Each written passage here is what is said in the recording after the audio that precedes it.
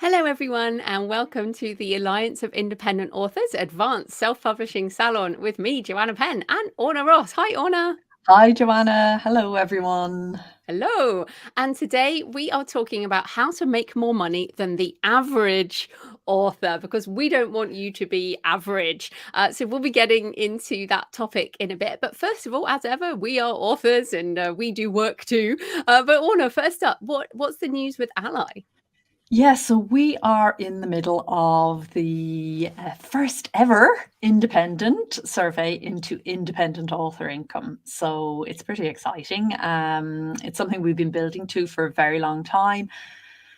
Anyone who takes any interest in the topic of author income, and that's what we're going to be talking about today, how to make more income than the average author. And anyone who's interested in that topic will have read various author income surveys over the years that are kind of full of doom and gloom and author incomes are falling and so on. And they have been based on traditional publishing as well as self-publishing. So it's going to be very interesting to see if self-publishing authors are making more money than the average author in terms of those surveys. So we'll be talking a little bit about that. I'd like to encourage everyone to fill the survey to do it. It's at selfpublishingadvice.org/survey23. And so, yeah, that's what we've been largely thinking about this month. What are you up to?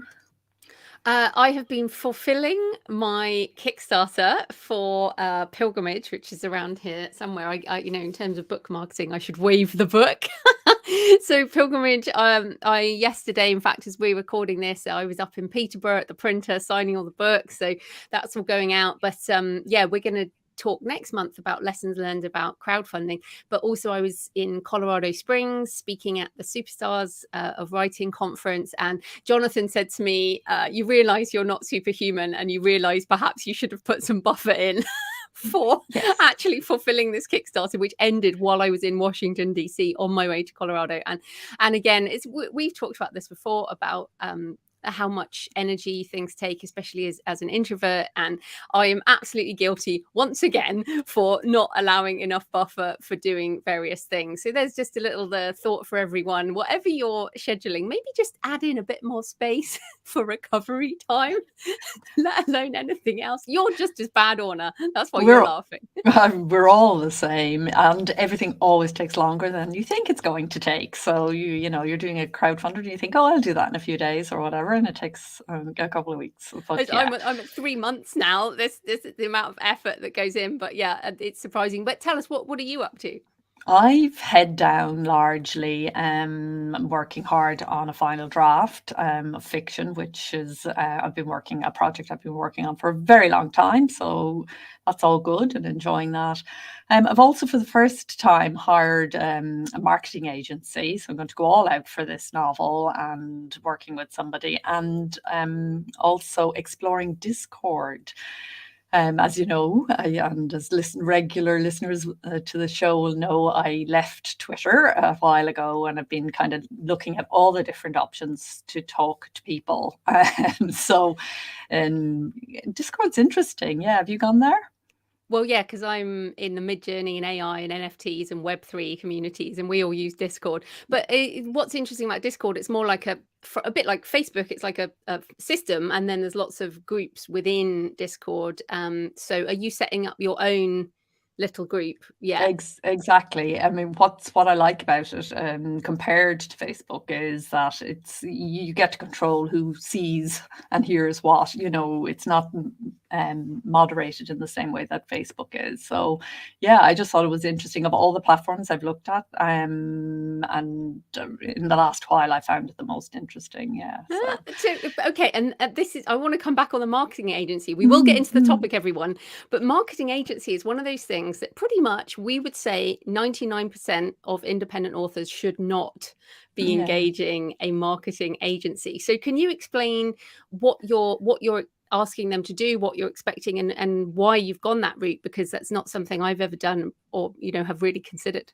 Yeah, well, the thing is that it's really down to lack of time, I think, for me, or where I want to put my time.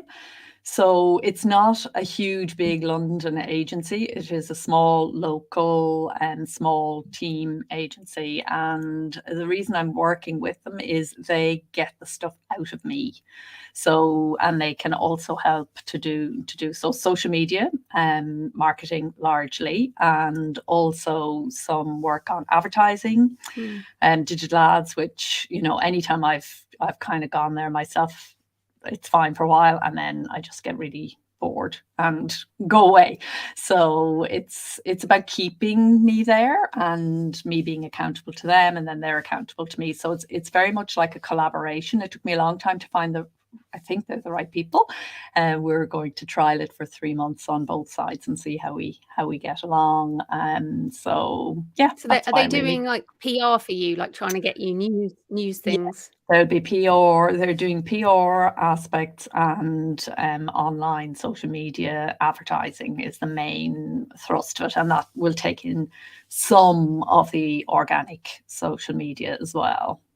Okay, well that's interesting, and everyone listening, again, we're gonna get into the topic now, and it's funny, we were talking about this beforehand. So this is how to make more money than the average author, and we were both saying, oh, we don't really have any kind of rocket science secrets or anything to tell you, and then we figured that was actually the strength of this, because the fact is, everything stays the same. Everything changes and everything stays the same. So the buckets we're going to talk about actually have stayed the same, even though the tools have changed, the technology might have changed. A lot of this stays the same. And it's interesting, like I've done my first Kickstarter in the last, 6 months or whatever. I've built my first Shopify sort of store. You're doing a full suite marketing agency, which you haven't done before. It feels like even though things stay the same, we're always trying different things. So that's what we're going to be talking about today. But let's anything else before we get into the topic?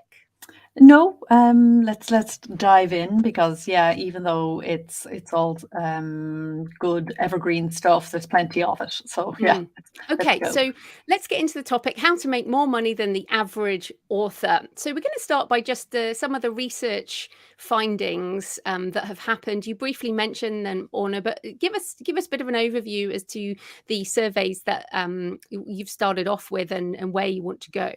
Yeah, so pretty much every major author association has done an author income survey over the years, and some, like the Society of Authors, ACLS, which is the collection and licensing agency here in the UK, Authors Guild in the US as well, and the Canadian Association of Writers, the Australian Association of Writers, they have all done income surveys over the past decade, and universally across the board, they have found that author incomes are decreasing. They generally generate a lot of doom and gloom headlines. People, kind of weeping into their tea about how our author's going to survive, and generally acting almost like self-publishing isn't a thing. And you and I have both tried on various occasions to and done, filled in these surveys, but found it difficult. And we get feedback a lot at ALLi that it isn't easy to even fill out some of these surveys as a self-publishing author, because the questions don't quite make sense, and there isn't an understanding that publishing, being an independent author means running a publishing business. And that's very different to running an author career, where you're relying on gatekeepers and institutions and education and libraries and bookstores and all of that.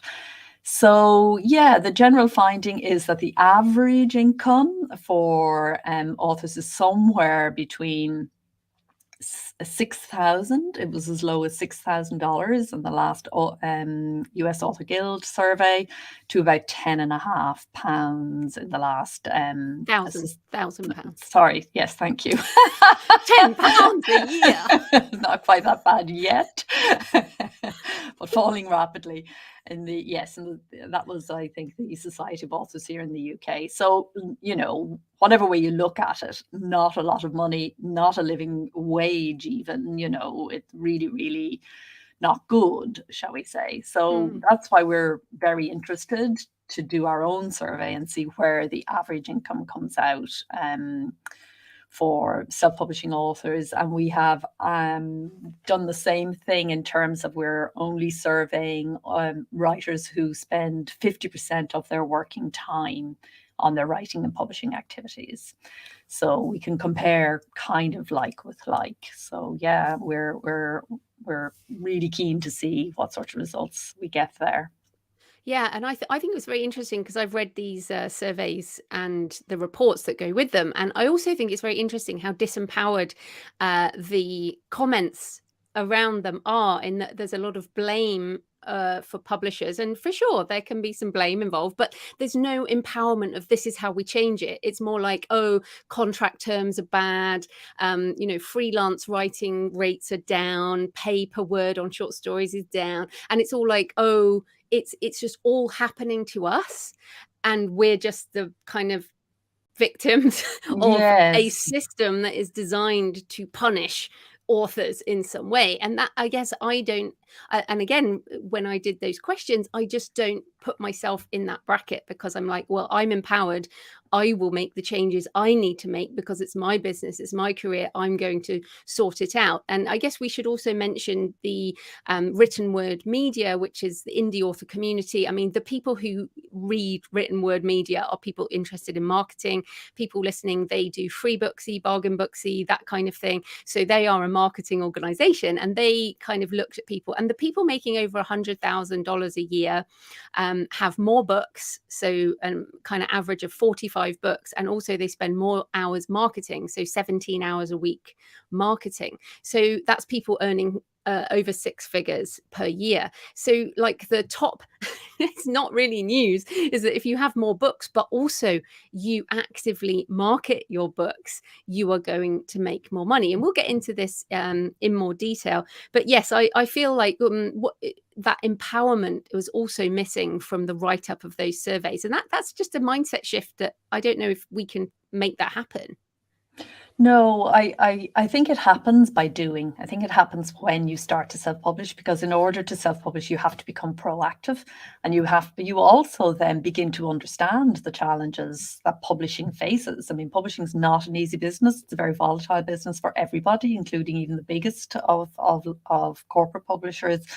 So it's, if you are an author who wants to stay at home and everybody else to do something for you, your ability to do that is, you will see your income falling now. That is a cert almost. And that is the major problem with all of those surveys, is there is no way out. There is nothing that they can recommend. They can't say, do this and it will be okay.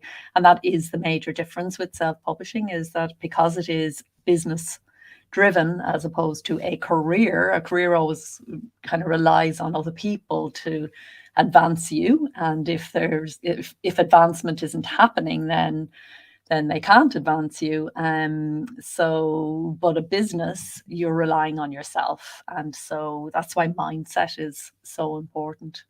Yes, so we're going to talk about different levers you can press or pull, whichever metaphor you like. But the first lever is indeed mindset. And I remember this when I first got into, I got into kind of putting stuff out online before I really understood what self-publishing even was. But it's like I always wanted to leave my job. So I always knew I wanted to make a full-time living doing this thing. And so my mindset was always, I need to learn the money side. I need to understand how the income works, where the costs are. So from day one, I was always doing that. I set up a business from the beginning. I had a separate bank account, all of those things. And just so people know, I have a degree in theology. I don't have a degree in business or marketing or any of that. So everything I've done, I have learned on the job as such. And that is, kind of the apprenticeship of being an independent publisher. But it's understanding, look, I need to learn the craft because this is my craft. And then I need to learn the business because I actually want to make money. And I think what we find in general is if you meet people who are so about the craft, and the craft is amazing. And if you don't want to run a business, don't worry, just learn the craft and have a nice time.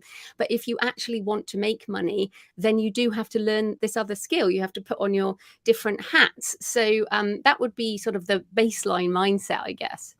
Yeah, absolutely. And in a way, it's almost three crafts we have to learn: the writing, the craft of writing, the craft of publishing, and business craft as well. So there, Mm. it's like these three very different hats, which will pull on very different skills. And we can't be good at all of them. We'll get to that in a little while.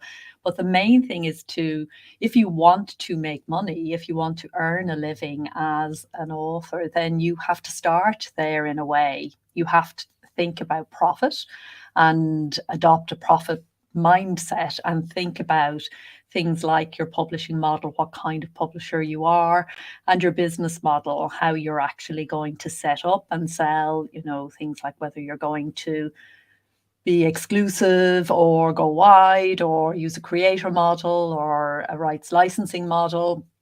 Whatever way you're going to go about it, you need to think about these things. I mean, we start off publishing a book, but the sooner we can begin to think about that with a profit mindset in place, the better. And that means an investment mindset as well. A lot of authors go into this business trying not to spend any money and spending a lot of time. And that's completely understandable. But there is also the option of investing money and investing less time and balancing those two out. Everybody will have a different situation depending on, their own life situation, their own work situation, and so on.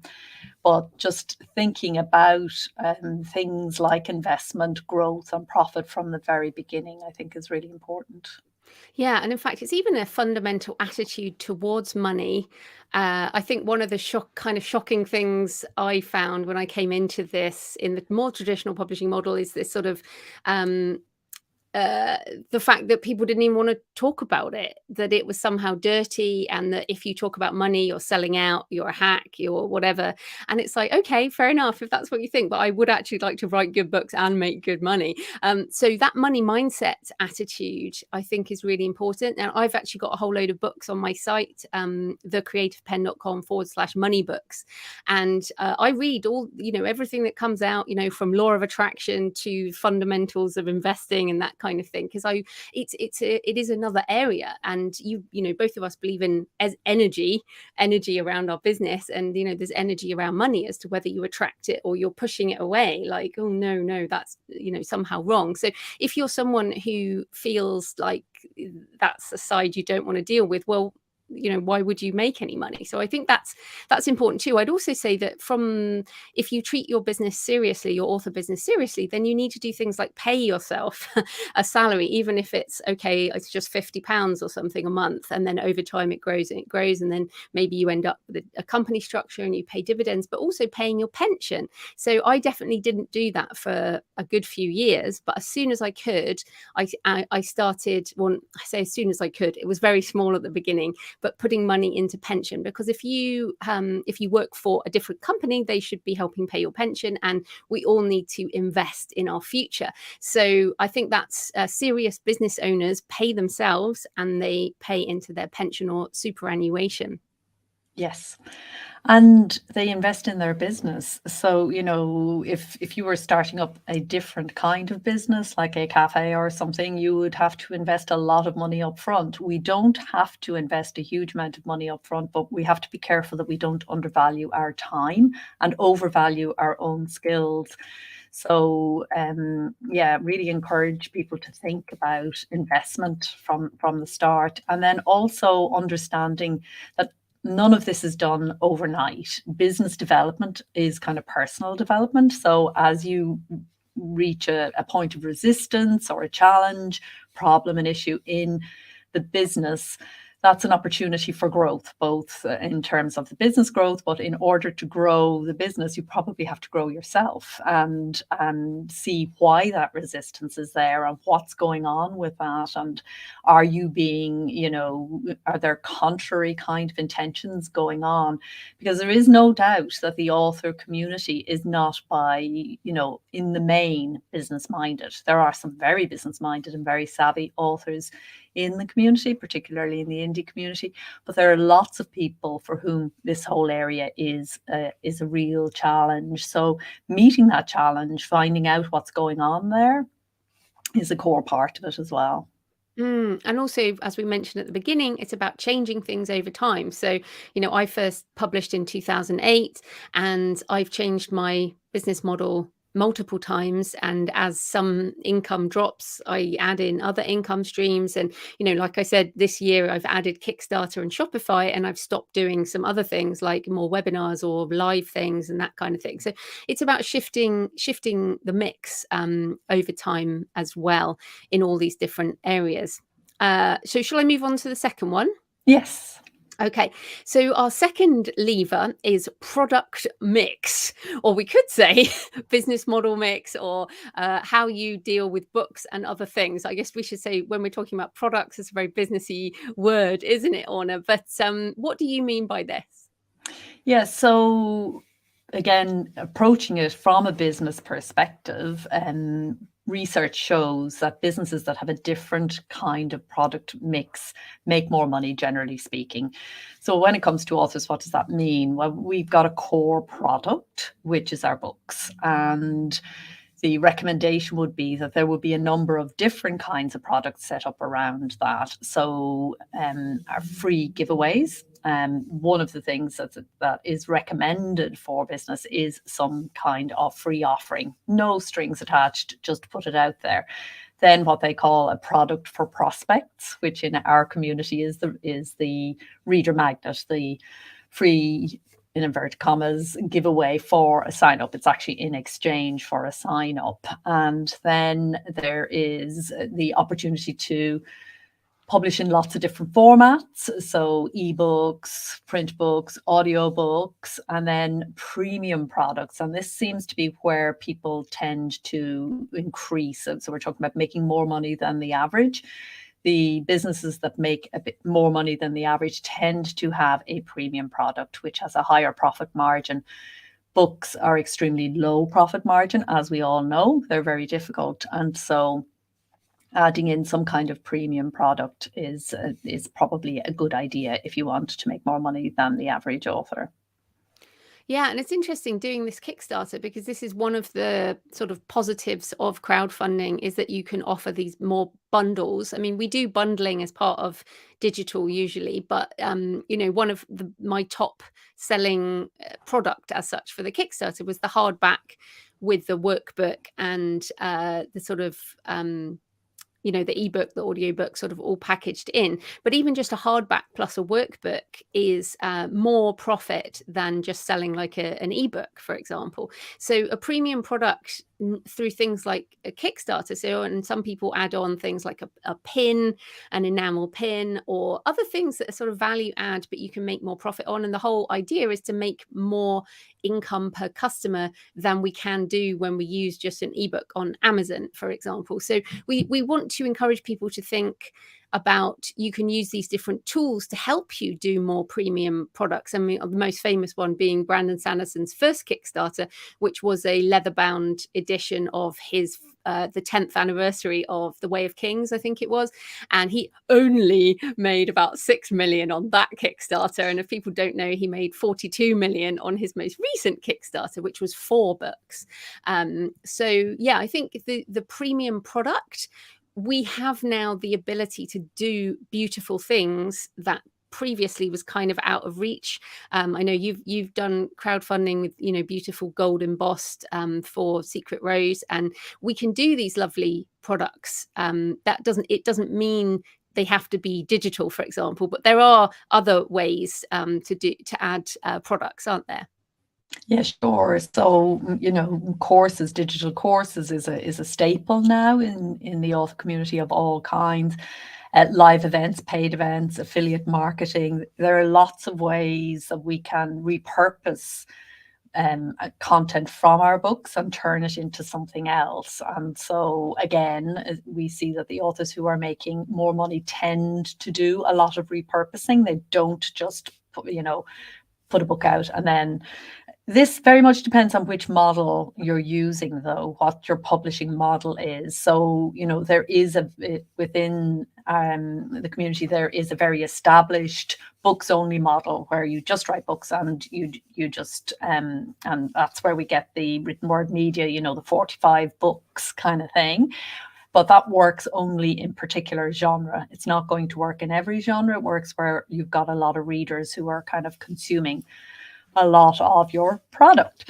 If you're doing a more creator-based model, then that's where you bring in other things like courses and affiliate marketing and premium editions and so on. You might even add a service offering or productize a service, is another thing that people are talking about. So say if you like, well, teaching is an obvious one, you can turn that into courses. But if you're doing different kinds of services, where you can actually turn them into a digital product as well. Or if you love that whole thing of doing a service and you incorporate it into your business, that can be an alternative to doing a day job, for example. So there are lots of ways to think about your product mix in that business sense. Yes, but the fundamental is, and I know we've said it before if you're a regular listener, but you don't have a business if you just have one book. I mean, realistically, there might be some people who manage that, as in they turn it into a keynote, for example, where they get paid a full-time living to just go around doing keynotes. But usually you do need multiple products. Dean Wesley Smith talks about this with his sort of idea of a pie shop, the magic pie. You don't go into a pie shop or a bakery and there's only one thing. You want to see lots of things there, and then you might buy lots of things. And so that's kind of the same for us. So it's thinking about these, for example, doing a series, even if it's non-fiction or fiction, then people buy multiple books, and then you still have multiple streams of income there. So yes, if you these tips are sort of meant to help you make more money. So if you only have one book, or if you have one book and you don't really have any ideas for any more, then that's your action, is to go think about how you're going to have more products. So let's talk about the third lever. Just before we get to that, just one more thing on the product mix. I would say until you have your marketing well worked out, so and that probably will be on book 2 or book 3. Don't leap into doing big investments in repurposing and other premium products and things. So getting your marketing running right is kind of key. I see sometimes authors who are, they think another book, or a translation, or an audiobook, investing in these more expensive products it's best done when you have learned how to market the basic ebook. Yes. And in fact, maybe we'll change the lever metaphor to the sort of slider. Instead of an on-off lever, we'll have the slider, because all these things, yes, go up and down. And so, yeah, you want to move them all up a little way and keep moving them all up as you increase your skills. So our third slider is the testing and iteration, which is really around marketing and promotion. And we have made some assumptions here, which is you have understood the basics of metadata, book cover, professional book cover, editing, and then an email list, which we assume to be a basic of marketing these days, and then some way to reach people. And that is where things change. But there's also, I guess, more advanced marketing, which, and again, this changes all the time. Like you just mentioned Discord, which is a new way, or it's not that new, to be honest. No, a new way for authors. Yeah, the authors to start communicating, whereas say Facebook groups would have been the thing a few years back. But I guess advanced marketing is, like you've said, testing and iteration and making changes over time. But what are some of the other things you suggest? Yeah, so I think, some kind of system whereby you can test and see what's working and drop something quickly if it's not working and go with something that is working is important. And again, this is something you build over time. So, you're not going to make more money than the average author straight out of we've said it already, I'm saying it again. So when you are up and running, you begin to test what you're doing in terms of creating a kind of a consistent and repeatable process. I think that's really important, and a way to test, is that cover working? For example, we've both done cover changes over the years. You can do that in a very intuitive way, but if you can kind of test blurbs and advertising, it definitely, if you have that kind of mentality, it's very helpful. Again, a lot of authors don't tend to like to do things in that way, but you do need some sort of regular, consistent repeatables. So once something is working, setting it in place, and so it runs almost in an evergreen way, and you can be testing and experimenting and exploring with something else. So advanced marketing will probably take in some kind of advertising, if not digital advertising, then some kind of other advertising. It may be reaching out to literary influencers like, chain store book buyers or rights buyers, or maybe libraries, people who will buy books in bulk.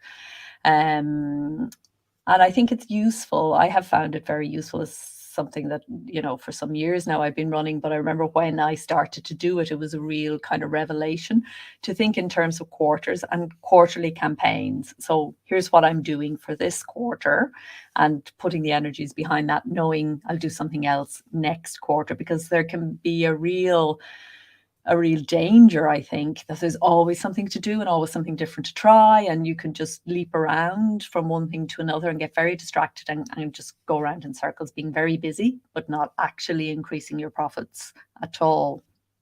So, your Kickstarter campaign is a perfect example of, something that fits into a quarter.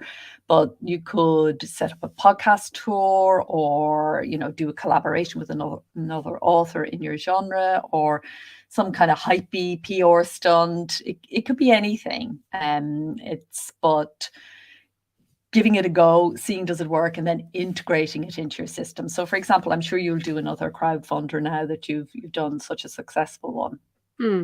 Yeah, for sure. Although I feel it's funny, and again, this is something where we differ on. I'm more like a project focused person, so I can't seem to think in quarters.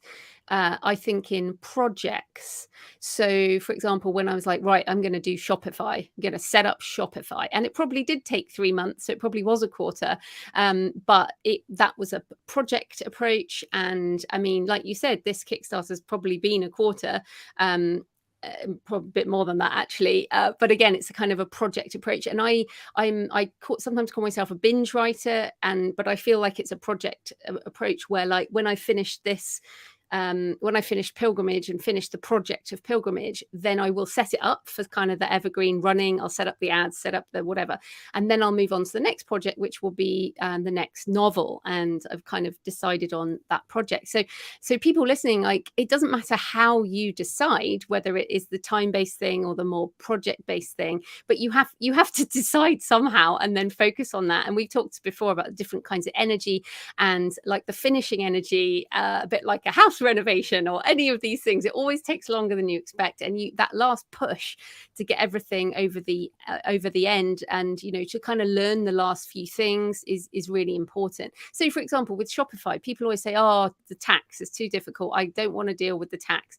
And I felt like that too. But when you actually just spend the little bit of time you need to learn this element of e-commerce, then everything else, it's not as complicated as you thought it was. So I think that any of these processes, or however it works for you to think about, but we all have to create some kind of system that works, even if it's an intuitive system. Yes, it doesn't have to be, and I think authors fall into two types. Do you enjoy the measuring and like to see things, so measuring your productivity, how many words you've done or how many words you've edited, your platform, your reach, how many people are engaging with your stuff, your traffic, whatever it might be, in terms of measuring that gives some people great pleasure, and watching those numbers go up is a core part of how they keep themselves motivated, and also make sure that they're not just doing busy work, because it is very, very easy in publishing to be very busy but not making progress. And so you need to find, if that's not happening for you in an organic way, then you need to find a way that you can measure that and recognize the accomplishments and the milestones along the way, because, you know, a book is a very big project and takes a very long time for a lot of people. So you need some way to measure the milestones as you go and see the progress. And obviously your bank balance, because we're talking about money today, is your measure of that. But, you know, what's going out as well as what's coming in, and measuring all of that too. Yeah, and I'm just aware that behind me on my wall, I have measure your life by what you create, which is, you know, I do measure my every year. I do kind of all the books I've created, and I consider my podcast to be part of my body of work as well. But yeah, I mainly measure income and my profit and loss statement. But the other thing is, since we're talking about marketing, is it needs to be sustainable for the long term. And, you know, I've talked before about how one of the reasons my Creative Penn podcast is successful is because I've been doing it since 2009. And, you know, no one can catch me in terms of how many episodes I've done and how many years I've been doing it, essentially. And because it works for me. Now, when TikTok came along, there's lots of people doing amazing things on TikTok. I have no problem with that. But for me, it was never going to be a good fit. So I just did not do it. And we talked about this before Christmas, I think. So you've got to try new things, but equally you have to know, and I think this comes with confidence over time, you have to know what will suit you, what will suit your book. So both of us still do Instagram, right? You know, yeah, we both put stuff on Instagram. I put pictures there. You often put poetry there. And and I'm still on Twitter and you're not on Twitter. So that's a change for you, not for me. So there's things we can change over time, but it has to work for us for the long term, because like you said, if you're not consistent and showing up time after time, then people don't even have time to find you. And you've told me before, by the time you're bored with your whatever you're doing, some people are only just discovering you exist. Absolutely. I think that's just a thing, you know, with a book or any aspect of our work. And there have to be things that we just love to do and keep on doing. And you have to think carefully before you take a new thing in. And if you're taking something new in, you're probably likely going to have to let something go. And somebody said a measure of how successful your business is when you're letting go things that you're good at and love. That's a sign that you're really, you know, that things are going very well. So yeah. Yeah. Okay. So our fourth slider or lever is tools and team, and I guess that's outsourcing. And for me, I still have people I work with, but over the years, I have also found tools. So, for example, in the last 6 months, I found Hindenburg for audiobook mastering. Now, I do record my own audiobooks myself, my own books myself. So, I used to have to pay someone to master them, but now I can use Hindenburg, and it was, I don't know, $150 or something. So that's saving me a lot of money, and it literally is just kind of a one-click output, and it does it the right format. So that's one example. Buffer for social media scheduling, I've used that for years, and you know, that saves me time. I do outsource my Amazon ads for nonfiction. I have someone who helps me with my podcast. So I kind of do both, but I want to encourage people to think of, is there a tool that I could use before I hire someone? Because sometimes you might spend too much money, or, you know, you might just get the wrong person. And so there's kind of pros and cons with hiring. But what about you, Orna? Yeah, exactly. I think, and as tools get better, you know, we've seen over the last 10 years, tools coming in for things that we would have thought we would have to hire other people for. So, and, you know, ChatGPT now can be used to do your ads and your copy and your, you know, give you first drafts for your book descriptions and so on. So AI is increasing the number of tools that we can take into our businesses that can do things for us that maybe we would have outsourced before, maybe we would have completely relied on ourselves. So yeah, I think and take a look at the tools and the tech, but I do think it's also really important to think about team. And somebody said to me the other day, I don't have a team, you know, and I've no interest in having a team. And I was just saying, well, do you have an editor? Yes, they had an editor. Do you have design? Yes, they had a designer. Yes, they had an assistant. And so they didn't think of these as a team because it isn't in the conventional sense. But no book is made by one person. No good book, it is a team effort, and self-publishing is not about doing everything yourself.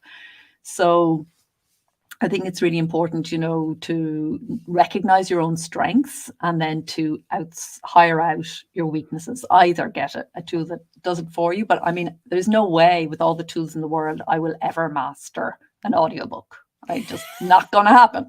So, I know that about me. And so that will be something that I would be outsourcing. So each person needs to decide for themselves, maybe give it a go. There are a lot of authors making their own covers, for example, still. Is really that the best use of your time, making your own ads?